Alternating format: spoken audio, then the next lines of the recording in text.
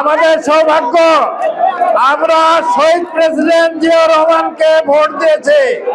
বেগম খালেদা জিয়া এবং তারেক জিয়ার নির্দেশে 7ই নভেম্বরে আমাদের প্রত্যাশা হচ্ছে আমরা সকলে ঐক্যবদ্ধ থাকব এবং আগামী নির্বাচনে যে কোনো মূল্যে আমরা ধানের শীষকে জয়যুক্ত করাবো। আমাদের এখানে মনোনয়নপত্র স্থগিত করা হয়েছে।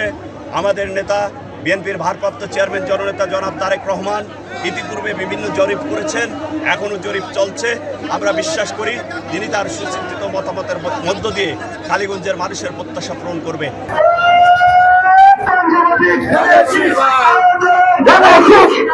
বিএনপি সমগ্র বাংলাদেশে একক দল যাবে। আগামী সংকট মোকাবেলা করে খালেদা জিয়ার নেতৃত্বে, তারেক রহমান আপসীর নেতৃত্বে, শহীদ জিয়ার সন্তানের নেতৃত্বে, খালেদা জিয়ার সন্তান নেতৃত্বে ফ্যাসিস্ট পতনের পরে আগামী ফেব্রুয়ারিতে নির্বাচন, সাতক্ষীরার 4টি আসনে ভোট হবে ইনশাআল্লাহ। আমরা ধানের শীষকে সর্বোচ্চ ভোট দিয়ে নির্বাচিত। আপনারা কি প্রস্তুত আছেন?